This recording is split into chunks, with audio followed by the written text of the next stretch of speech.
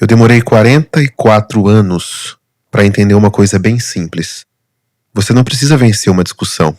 Você só tem que ter a informação certa na hora certa. A minha esposa passou o casamento inteiro me medindo. Me medindo com a régua do falecido pai dela, com a régua das amigas, com uma régua que eu nunca alcancei. E eu, feito besta, tentando crescer dentro de uma medida que nem era minha. Até que numa noite qualquer, sem querer, eu li uma conversa entre ela e a melhor amiga dela. Eu quase fechei a tela. Quase que eu respeitei a privacidade dela. Mas alguma coisa me segurou, sabe? E no meio de tanto veneno escorrendo, apareceu uma fala da amiga que me defendeu. E de verdade. E eu nem pedi, nunca pedi nada pra ela. Eu salvei o print, eu fiz um print, fiz uma foto como quem guarda uma arma. Mas sem saber se um dia vai precisar usar. Esperando que nem fosse necessário. Meses depois, quando ela me disse que eu nem era homem suficiente pra ela, aí eu vi que a hora tinha chegado. E sabe o que é mais estranho? Eu não senti prazer nisso daí. Eu peguei, abri aquela imagem e mostrei pra ela. Meu nome é Ronaldo, mas todo mundo aqui me chama de Rony, tenho 44 anos e moro em Campo Grande, no Mato Grosso do Sul, saída pra Rochedo. Eu tenho uma loja de materiais de construção que era do meu sogro. E eu tenho uma esposa que até pouco tempo atrás eu achava que ela só estava cansada, sabe? Cansada de mim, cansada da rotina, cansada da vida que a gente construiu. Eu até entendia, porque eu também estava cansado. Só que cansaço é uma coisa e desespero é outra. Completamente diferente. Você sabe como que é acordar todo dia e sentir que nada do que você faz é suficiente? Você entrega o que tem, entrega o que não tem, e a pessoa olha pra você como se você não tivesse entregue nada pra ela. E não é briga. Briga pelo menos mostra que a pessoa se importa. É pior. É aquele silêncio que vem depois de um "tá bom, Rony". Como se argumentar com você fosse perda de tempo. É como se você já tivesse perdido antes mesmo de abrir a boca. E eu vivi assim por mais de 15 anos. E o pior é que eu demorei pra perceber. Porque no começo era diferente. Quando eu conheci a Elisa, eu tinha 26 anos. Mais ou menos, e trabalhava como vendedor numa loja de tintas na Afonso Pena. Ela entrou na loja no sábado de manhã e procurou uma cor específica para pintar a sala do apartamento novo dela. Era um verde meio acinzentado, ela disse. Eu passei 20 minutos mostrando o catálogo. E ela não decidiu nada, mas voltou no outro sábado. E no outro, e no outro. E eu já tinha separado uns tons antes mesmo dela chegar. E enquanto eu mostrava, ela riu. Ela disse que eu falava prestando atenção nela. E era verdade, porque eu sempre prestava atenção nela. Nós namoramos 2 anos. Foi bom, sabe? Era bem leve. O pai dela, o seu Valdemar, ele tinha uma loja de material de construção bem pequena, mas bem conhecida no bairro. Quando eu comecei a namorar a Elisa, ele me chamou para trabalhar com ele. Disse que eu era um cara trabalhador, que tinha cabeça. E eu aceitei na hora. Achava que era uma boa chance. E era. Só que eu não sabia que aquilo ia virar a minha vida inteira. Nos primeiros anos, estava tudo certo. Eu sempre cheguei cedo, abria a loja, atendia os clientes, cuidava do estoque. E o seu Valdemar me ensinou o que eu sabia. Eu respeitava ele, sabe? E ele parecia me respeitar também. Casei com a Elisa numa cerimônia bem simples, no salão da paróquia São José Operário. E ela tava linda. Eu tava com um terno alugado que tava até apertando meus ombros, sabe? Mas eu não tava nem aí. A gente foi morar numa casa bem modesta no Tiradentes. Alugamos uma casa barata, 2 quartos, quintal pequeno, que a vida tava só começando. Só que aí, o seu Valdemar adoeceu, foi muito rápido. Um câncer do pâncreas que em 8 meses, infelizmente, ceifou a vida dele. E a loja, que já não tava lá essas coisas, despencou. Dívida com o fornecedor, cliente sumindo, conta atrasada, e a Elisa mal, porque o pai era tudo pra ela. E eu, na hora, fiz o que eu achei que o homem deveria fazer, eu segurei as pontas. Eu vendi o carro, peguei empréstimo no banco, negociei com o fornecedor, um por um. No cara a cara, sabe? Sem garantia nenhuma, além da minha palavra. Eu entendi que eles foram bem compreensivos devido à situação toda do seu Valdemar.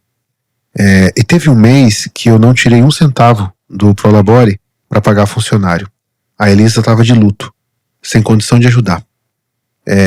Teve um mês não, teve alguns meses que eu fiquei sem nenhum rendimento para conseguir honrar com os funcionários. E eu não cobrava nada da Elisa, sabe? Mas daí o luto passou e a cobrança chegou. Você já percebeu como algumas pessoas confundem dor com dívida? A Elisa agia como se eu tivesse que pagar pelo sofrimento dela. Como se o fato de eu ter segurado a loja fosse obrigação minha, não esforço. E ali aos poucos, foi começando a mudar o jeito dela comigo. Primeiro foram alguns comentários pequenos assim. Você atendeu aquele pedido do Carlos? Ele ligou reclamando. A nota fiscal do mês passado não foi lançada direito. O meu pai não fazia assim. Essa frase, meu pai não fazia assim, ela repetiu isso muito tempo. No começo eu aceitava. Eu pensava, ela perdeu o pai, tá doendo. Eu tenho que ter paciência. Mas a paciência, ela foi acabando. E a frase foi ficando na minha mente. Depois vieram as correções em público. Isso eu odeio. A gente ia num churrasco de família e ela me cortava no meio de uma história. Não foi bem assim, Rony. Deixa que eu conto, você se perde. Os parentes até riam, meio sem graça alguns. Eu ficava quieto, achava que estava sendo maduro. Hoje eu sei que eu estava só sendo um covarde. Aí veio a fase do silêncio, sabe? Ela parou de brigar, parou de reclamar, só me tratava com indiferença, como quem trata funcionário antigo, que nem pode ser demitido. Sabe como que é? Quem é patrão, quem é patroa? É assim mesmo, não é? Mas também não merece promoção. Bom dia, boa noite, o jantar tá na mesa. A loja pagou o boleto, era isso. Anos assim. Até que a Priscila, que é amiga dela, entrou na nossa vida. A Priscila era amiga da Elisa desde o colégio. As duas estudavam juntas no Joaquim Murtinho. Quando eu conheci a Elisa, a Priscila já estava lá, já existia no nosso meio ali. Era daquelas amizades que vêm de infância, sabe? Que ninguém questiona. Ela era divorciada, tinha uma filha adolescente, trabalhava com contabilidade, sempre muito educada. Sempre me tratou bem, e eu achava que ela gostava de mim. Mas pelo menos o básico, né? Gostava de mim, me aprovando como esposo da amiga dela. Depois que o pai da Elisa morreu, a Priscila começou a frequentar mais a loja. Ela ajudava com algumas papeladas, tomava café com a Elisa no escritório, e ficavam horas conversando. E eu passava por elas e eu via silêncios. Quando eu passava, silêncio. Sabe aquele silêncio de conversa que para quando você chega? Tipo assim, quieta, quieta, quieta. O assunto chegou. Então, eu sentia aquilo, mas achava que era coisa da minha cabeça. Durante anos, a Priscila foi uma sombra, sabe, no nosso casamento. Era confidente, conselheira, amiga que estava sempre lá. Eu, sinceramente, nunca me incomodei com isso. Porque eu pensava, se a Elisa precisa de alguém para desabafar, que seja com a amiga de confiança. Só que eu não sabia o que era desabafo naquelas conversas, o que elas falavam. Agora você vai me perguntar, Rony, você nunca desconfiou de nada? Eu desconfiei, é normal um homem desconfiar de algumas coisas. Mas não do que você está pensando. Eu nunca desconfiava que as duas poderiam ter algo, claro. E eu comecei a desconfiar que a Elisa estava escondendo algumas outras coisas também. Antes de achar aquela conversa, sabe? Foi mais ou menos um ano atrás que o comportamento dela mudou. Ela sempre foi caseira, de repente começou a ter uns compromissos a mais. Vou sair com as meninas, preciso resolver uma coisa, nem me espera para jantar. Nada muito específico, mas começou a ficar frequente. Eu sempre nunca me agradei muito de compromissos de amigas solteiras com casadas e não sei, diga aí nos comentários. Ela também passou a se arrumar mais, nada exagerado. Mas um batom diferente, sabe? Um perfume novo, uma blusa que eu nem conhecia. Coisa pequena, coisa que o marido percebe, mas não sabe se deve comentar. Porque se você comenta, vira acusação. E se não comenta, vira dúvida que vai correndo por dentro. E o celular dela também mudou de lugar. Antes ele ficava jogado na mesa da sala, em cima do balcão da cozinha, no carregador do quarto. Qualquer um pegava, sabe? De uns tempos pra cá, tava sempre no bolso dela, na bolsa dela, virado pra baixo, no silencioso, sem notificação. Ela levava pro banheiro, pro quintal, até pra levar o lixo pra rua, ela tava com o celular. Eu não sou de invadir privacidade, só que eu também não sou cego. Teve uma noite que ela saiu dizendo que ia encontrar umas amigas no shopping. Nada demais, só que choveu muito e eu lembro que o carro tava com o pneu dianteiro meio baixo. Aí eu mandei uma mensagem perguntando se ela queria que eu levasse o carro no posto no outro dia. E ela respondeu umas 2 horas depois, não precisa não, já resolvi. Só que eu não tinha dito qual pneu estava baixo, nem que pneu que era. Eu só falei, o carro tá com um probleminha. E ela respondeu: já resolvi. Resolveu como? Se ela nem sabia o que que era. Ou ela sabia. Ela chegou em casa perto das 11. Eu estava na sala. Eu perguntei se ela tinha calibrado o pneu no shopping.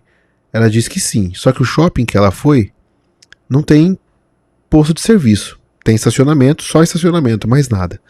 Eu não falei nada. Pode ser que eu tava ficando meio neurado também. Pode ser que ela passou em algum outro lugar e calibrou. Mas eu fiquei com aquilo na minha cabeça, sabe? Uma coisa parecia que não tava se encaixando. Isso aí foi se acumulando. Nada que provasse nada. Mas você sabe, mas você que é homem ou mulher também, você sabe, quando a história não fecha, você sente, sabe? Não é na cabeça, é no corpo, é um desconforto, sabe, que não passa, parece que tem alguma coisa querendo te avisar. Uma inquietação que atrapalha até o sono, uma vontade de perguntar que você engole porque sabe que a resposta pode ser pior do que a dúvida. E no meio desse monte de suspeita, a Priscila começou a aparecer meio diferente também, sabe? Primeiro foi na loja, ela passou lá numa quarta-feira de manhã, coisa que não costumava fazer, mas tudo bem, pode mudar a rotina. Disse que estava ali por perto, que resolveu dar um oi. Ficou uns 20 minutos conversando comigo sobre umas coisas assim, aleatórias. O movimento da loja, preço do cimento, a reforma da casa dela. E eu respondi tudo na educação, mas eu achei estranho. Ela nunca ia na loja se a Elisa não tivesse lá. Depois foi uma mensagem no WhatsApp. Ela mandou um "Tudo bem, Rony?" no sábado à tarde. Eu li e demorei a responder. Eu pensei, isso aí é normal? Amiga da esposa perguntando se o marido tá bem no fim de semana. Respondi tudo, e você? E ela não respondeu mais nada. Ficou por isso mesmo, mas eu anotei mentalmente. Aí teve um jantar aqui em casa e a Elisa chamou as amigas, e a Priscila veio. E durante a noite, a Elisa soltou uma piadinha assim sobre mim. Disse que eu não sabia nem fritar um ovo sem queimar a frigideira. E as amigas riram. A Priscila eu percebi que ela não riu não. Ou tentou rir, mas não conseguiu. Ficou meio séria. Aí ela olhou pra mim. Depois olhou pra Elisa com uma cara que eu nunca tinha visto, sabe? A Elisa percebeu e mudou de assunto meio rápido. Eu vi aquilo e guardei. Naquela noite, depois que todo mundo foi embora, eu perguntei pra Elisa se estava tudo bem entre ela e a Priscila. E ela respondeu meio seca. Tá sim, por quê? Eu não disse. Eu disse assim, nada, só achei ela meio quieta. A Elisa ficou brava. Você tá achando coisa demais, Rony. E virou de costas e foi dormir. Nem deu boa noite. Eu fiquei na sala, no escuro, pensando. Gente, tem coisa aí. E eu não sabia o que que era, mas tinha. Então veio o sábado que mudou tudo. O Lucas, nosso filho, ele tinha ido dormir na casa de um amiguinho. Coisa rara. Ele tem 14 anos, tá na fase de não querer sair do quarto, sabe? Então quando ele resolve ter vida social, a gente até agradece. Quem tem filho adolescente sabe, me comenta aí se não é assim. E a Elisa tinha saído, de novo. Disse que ia na casa da Priscila. Eu perguntei se precisava do carro. Ela disse que não, que ia pedir um Uber mesmo. E eu fiquei em casa sozinho, eram umas 10 da noite. Aí eu passei pela porta do quarto do Lucas e vi o notebook dele ali em cima da mesa, ligado. A tela estava acesa, achei que ela tinha esquecido de desligar, e eu entrei pra desligar tudo. Quando eu mexi no mouse, a tela ela acordou de vez. E tava lá o WhatsApp web aberto, só que não era a conta do Lucas, era a conta da Elisa. Ela tinha usado o notebook de manhã, eu lembrei vagamente dela dizendo que ia imprimir uma receita. Ela deve ter acessado o WhatsApp para poder baixar a receita no notebook e imprimir, alguma coisa assim. E a Elisa não é de esquecer as coisas, mas dessa vez ela esqueceu. Eu podia ter só fechado a tela, sabe? Eu devia, na verdade, talvez ter fechado. Mas eu não fechei. A conversa que estava aberta era com a Priscila. Fixada no topo, com um coraçãozinho no nome. Pri. Tava assim, o nome dela. A última mensagem visível, na prévia, era da Elisa. Dizia, amiga, ele não percebeu nada ainda, mas eu já tomei minha decisão. Eu li essa frase umas 4 vezes. Ele não percebeu nada ainda. Tomei decisão. Que decisão? O que eu provavelmente não tinha percebido? Aí eu sentei na cadeira do meu filho e comecei a ler. No começo, eu subi só as mensagens daquela semana, sabe? Fui rolando. A Elisa reclamando de mim, dizendo que eu tava cada vez mais quieto, que eu não me impunha, que eu deixava os clientes montarem em cima de mim, que a loja tava no vermelho por minha causa. Tudo mentira, a loja tava indo muito bem. Assim, apertada, mas tava dando lucro.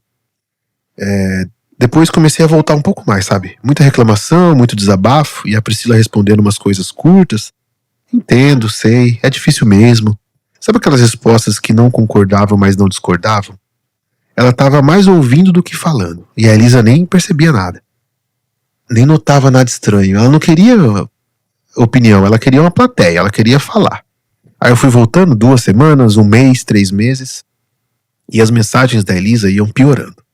Ela não falava de mim como marido, falava quase como um estorvo, como se eu fosse um sócio incompetente, sabe? Que ela tinha que romper a sociedade, de um homem que estava atrapalhando os planos dela. Aí eu cheguei numa mensagem específica que fez eu parar. Era da Priscila. Ela tinha escrito sozinha, depois de mais uma reclamação.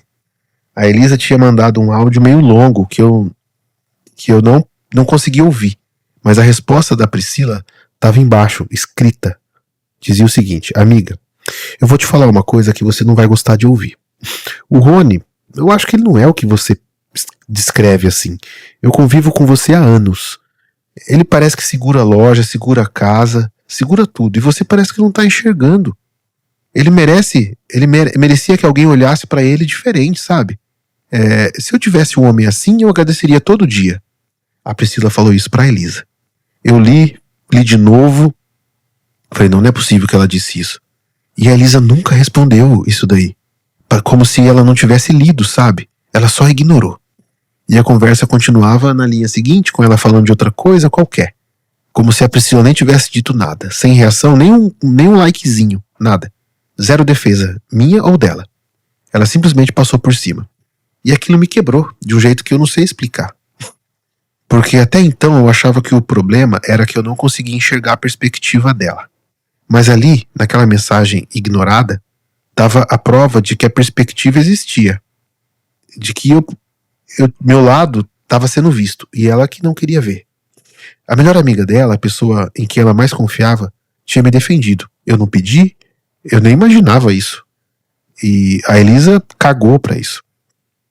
E só veio o print. Sabe quando você faz uma coisa no automático sem nem pensar? Foi assim. Aí eu apertei o botão do print no computador, eu cortei a imagem certinho e mandei pro meu e-mail. E apaguei o envio. Depois eu fechei o WhatsApp web, desliguei o notebook, apaguei a luz do quarto e fui pra sala, sentei no sofá e fiquei olhando pro teto. A Elisa chegou uns 40 minutos depois. Ela entrou na casa, me viu no sofá e perguntou se eu não ia dormir. Eu disse que já estava indo. Ela foi pro quarto, fiquei mais um pouco. Naquela noite eu dormi do lado dela como se nada tivesse acontecido. Mas dentro de mim, tinha mudado.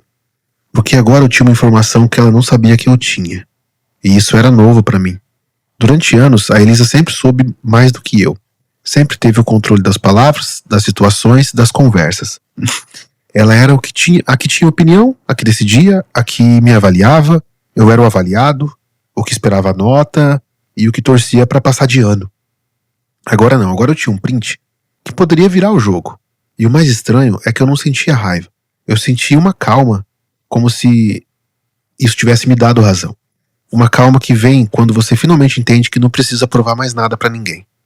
Nas semanas seguintes, eu prestei atenção em tudo. Cada saída dela, cada desculpa, cada olhada pro celular. E a Priscila continuou aparecendo, mandando mensagem, perguntando se eu tava bem, dizendo que queria conversar comigo sobre uma coisa. Eu sempre adiava, dizia que estava corrido na loja, que depois a gente via. Eu não estava pronto para conversar, não sabia o que ela queria conversar. E a Elisa, por outro lado, estava cada vez mais distante. No início daquele mês, ela me chamou para conversar sobre a loja. Disse que a gente precisava reestruturar. Eu perguntei o que ela queria dizer com aquilo. Ela desconversou. Disse que era algo que a Priscila estava ajudando ela a ver. A Priscila entende de contabilidade, Rony. Você não. Você não. Essa era a frase batendo no nosso casamento. Você não entende, você não sabe, você não consegue, você não é, você isso, você aquilo. Eu nem discuti, eu só disse, tá bom, depois a gente vê isso. E voltei pro trabalho.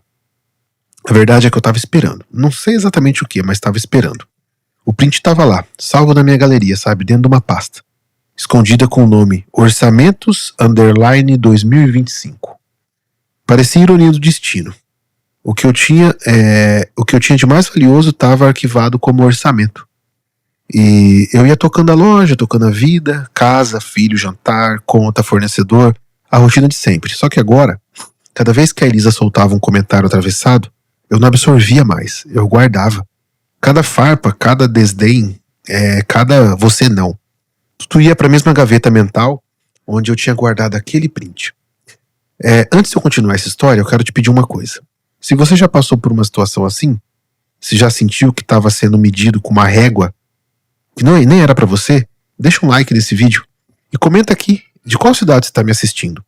Campo Grande eu sei que vai ter bastante gente, mas eu quero ver até onde esse vídeo chega, tá? Porque a história de homem que aguenta calado, todo mundo tem em todo canto. Então eu quero ver se a minha também tá chegando pra você, homem ou você mulher. E o domingo começou igual a todos os outros. Eu levantei cedo, passei um café, fui na padaria buscar um pãozinho, e quando eu voltei, a Lisa estava sentada na mesa da cozinha. Cabelo preso, camisola normal, xícara na mão, a mesma cena de todas as manhãs. E o sol estava entrando pela janela, cheiro de pão na torradeira, aí o silêncio confortável que a gente tinha quando não estava brigando, sabe?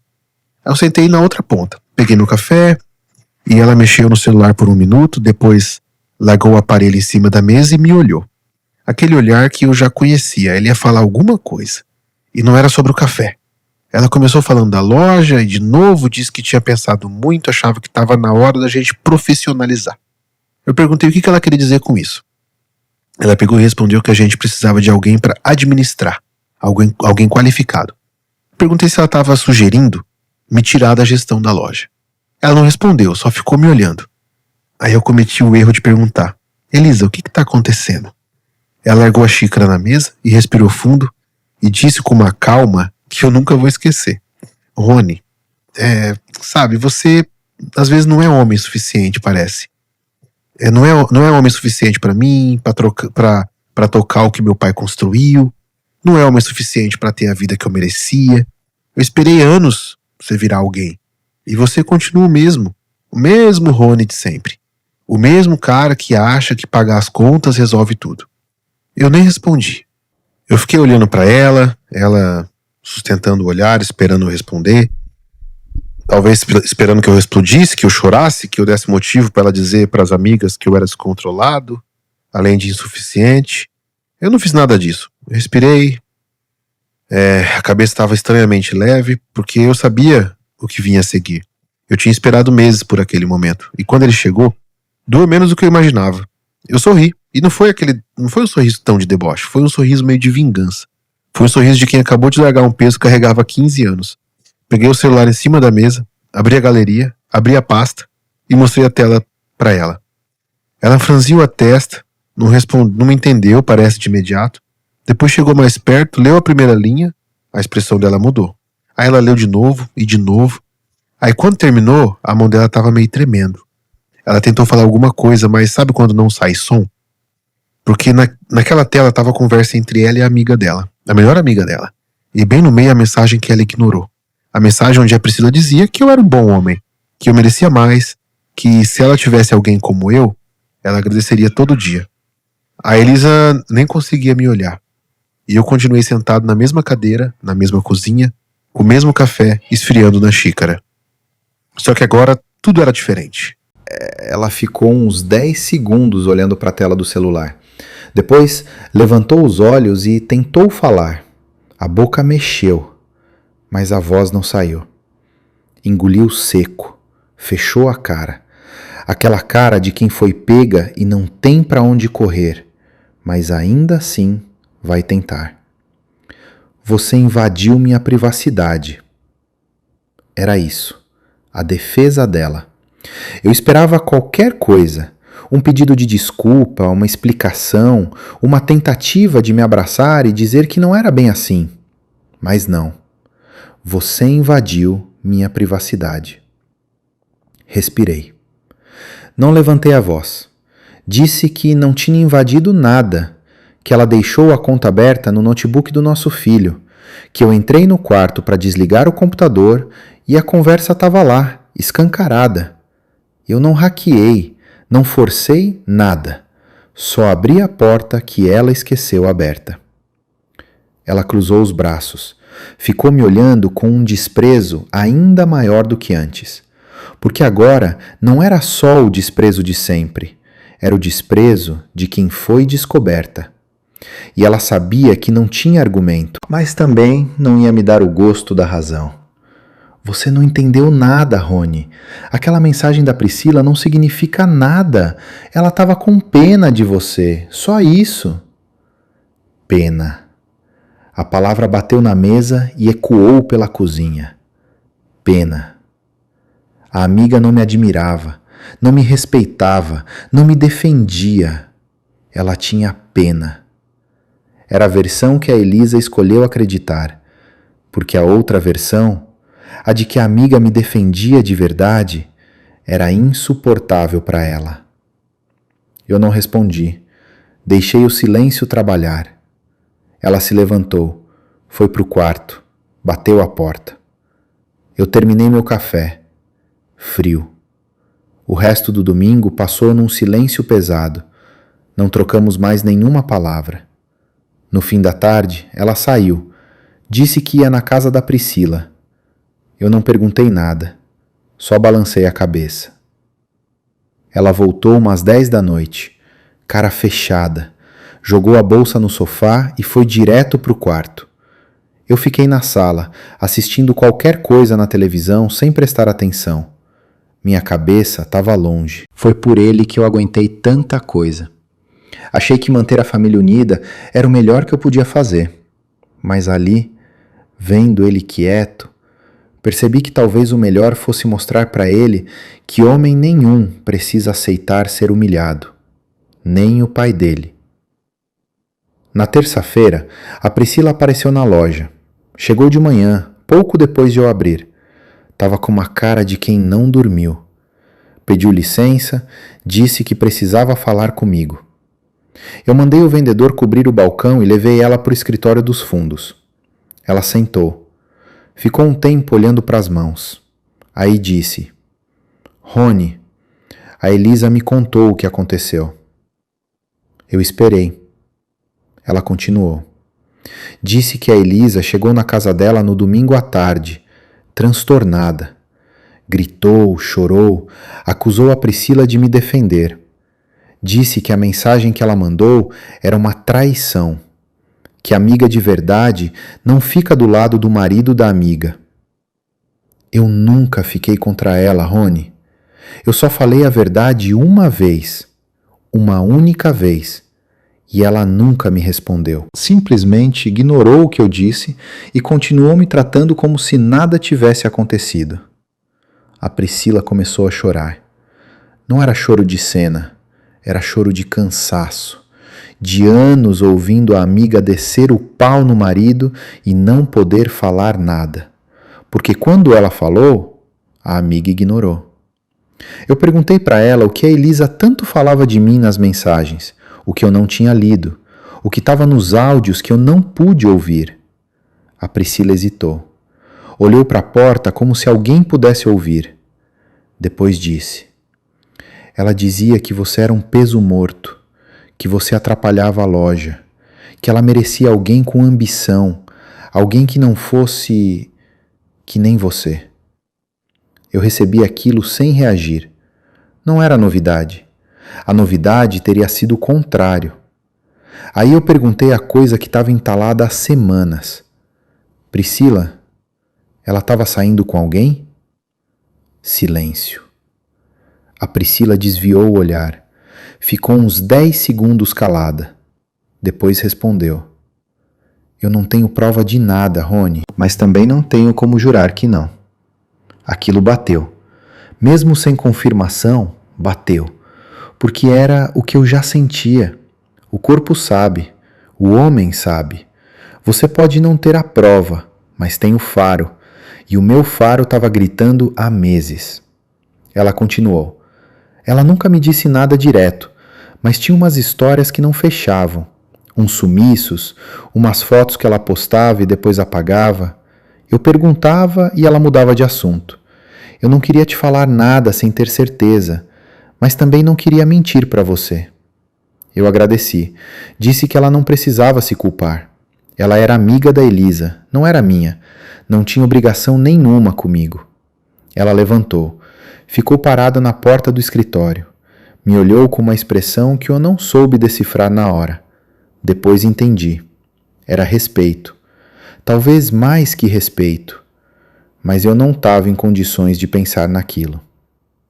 Você merecia mais, Rony. Eu não falei aquilo por pena. Falei porque é verdade.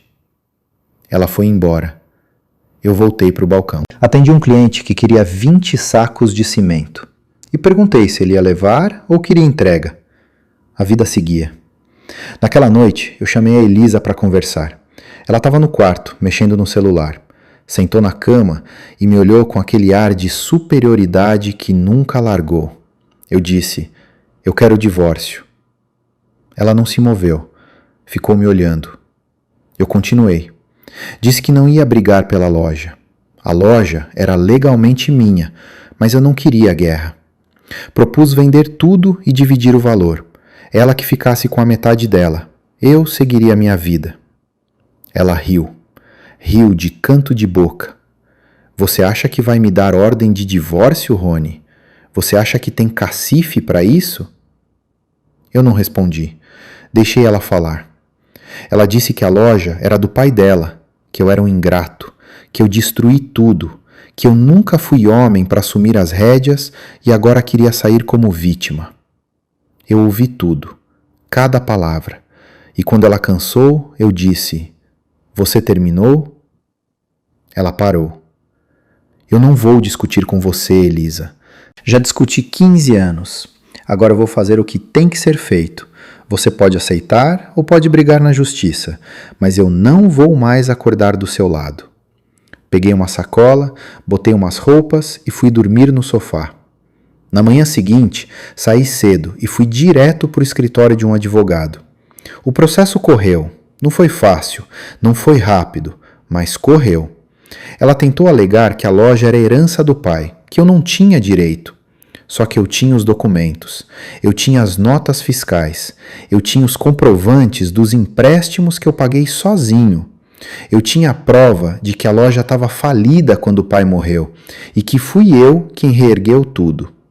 A justiça não caiu nessa conversa. A guarda do Lucas foi compartilhada. Ele ficava uma semana comigo, uma semana com ela. No começo foi difícil, ele ficou revoltado, não comigo, com a situação, mas com o tempo foi aceitando. Hoje em dia ele tem uma relação boa comigo.